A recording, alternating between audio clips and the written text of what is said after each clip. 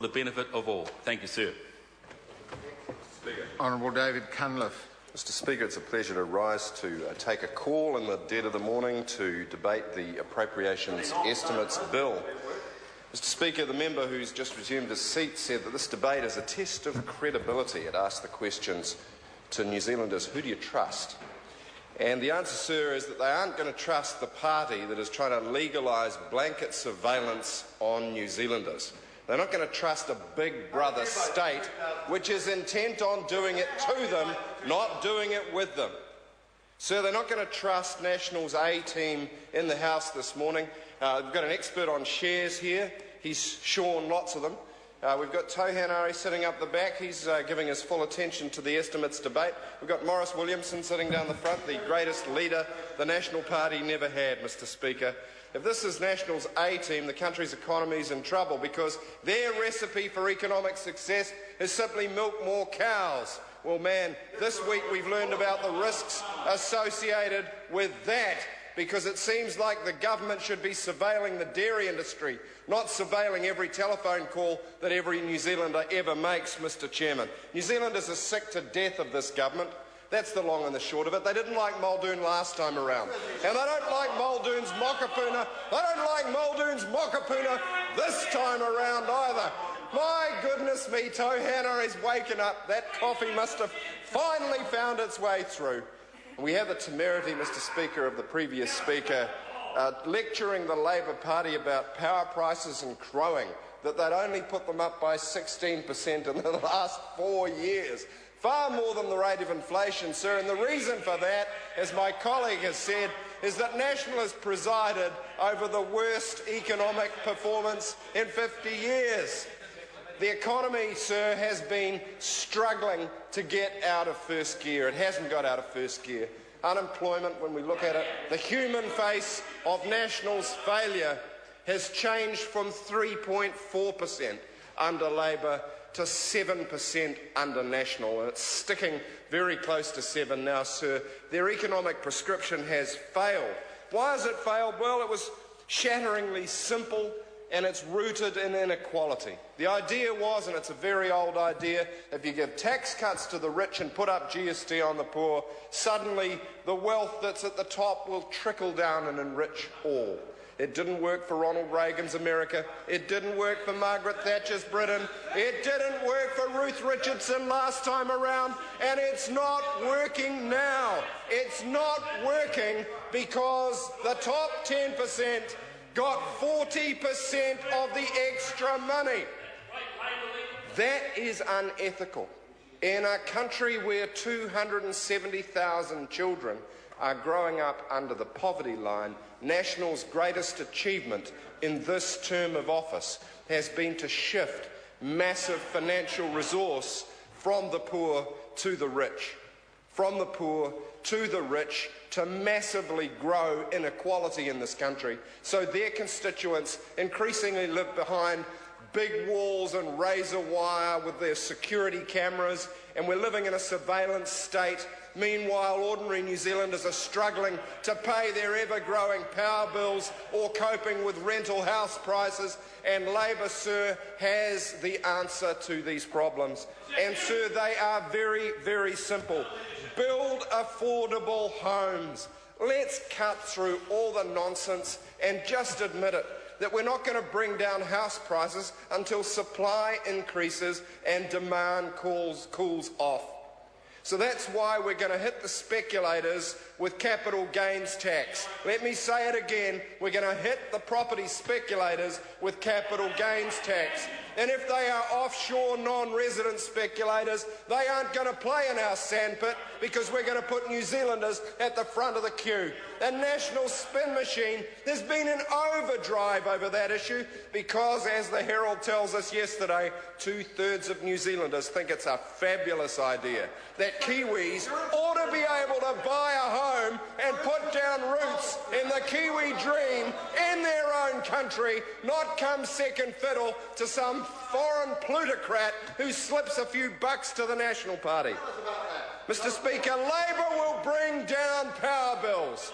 I've had enough of being lectured to by the grand grandchildren of Max Bradford. The Bradford regime had every opportunity to work.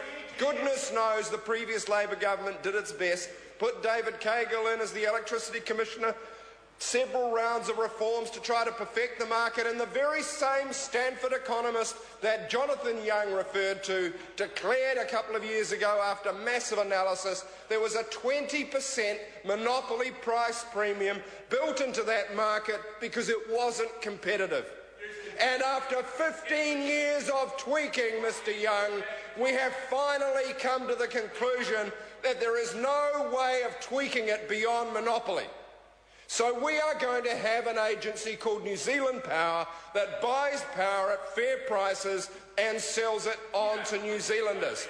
And that will take Kiwi power prices down $300 for the average family a year, over a month and a half of free power bills if they vote Labor. Let's be clear, if they want power prices down, if they want reasonably affordable housing, very simple, throw the bums out, vote Labor. Mr. Speaker, Kiwis won't have a better life if they can't earn a decent living. That's why Labor stands for more good high-wage jobs. More good high-wage jobs. We are not ashamed to have labour laws which allow unions to work on behalf of workers. Yes, National, hear us. Unions have a role to play in a modern workplace. We are not going to encourage scab labour. We are not going to sell down labour laws, just like we're not going to sell down personal freedoms and privacy. Mr. Speaker, you know, some people can't ever get over their own personal disappointments, and Maurice Williamson is a living testament to the dogged belief in his own self-image. The problem is nobody else has been listening for about 10 years, and they're not listening now. Mr. Chairman, before I finish, I have to give a couple of minutes to the Honourable Nathan Guy, my recent opposite number in the fisheries portfolio. Now, he's going to get even with Tauhanere very soon because Tauhanere backed that Ngāpuhi special on the Foreign Charter Vessels Bill. Let me talk about Nathan Guy's three great stuff-ups in the fisheries sector. The first is Snapper 1. There are 650,000 recreational fishermen or women in New Zealand, of which I am a passionate member myself. 650,000 voters who will not be voting National because National has had the genius stroke of brilliance of cutting their snapper bag limit from 9 fish a day to just 3. 9 fish a day to 3. Now, you don't need to be a rocket scientist to know that that's going to go down like a bucket of cold sick. It has done. National members are sweating because their email boxes are filling up with messages from perturbed recreational fisher people saying, "Leave my snapper alone." Well, the word is that Mr. Guy earlier floated the boat, if you forgive the pun, of a 10% cut to the commercial quota. The phone started ringing hot from National's big business backers and he backed off. And now it's all recreational fishers that are getting it in the neck, and they're not happy. Strike 1. Strike 2. We agree with National on trying to get rid of slave fishing. We agree with them about flagging foreign charter fishing boats into New Zealand law. We do not agree with them about doing a one-off sleazy deal for one iwi, which gives them another 4 years to impose slavery on the fishing industry. It's not going to work, and it's not going to stand. And no matter what Tauhanere's been up to in the back rooms, I'm hopeful that Nathan Guy is going to see sense and withdraw that iwi amendment from the foreign slave fishing bill. And his third great mistake has been the power fishery. Didn't have a decent consultation process before wanting, same story again, increase the commercial quota and get recreational and customary take down. Ooh, what a bad one. What is wrong with this National Party death wish in the fisheries portfolio? I predict that Nathan Guy will not be in that portfolio in a year's time.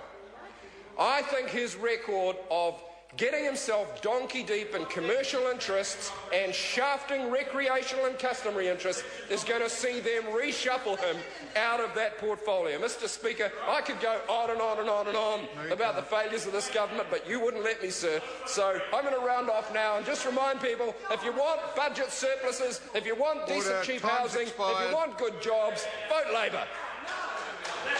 Visitor Sam Lodawinga.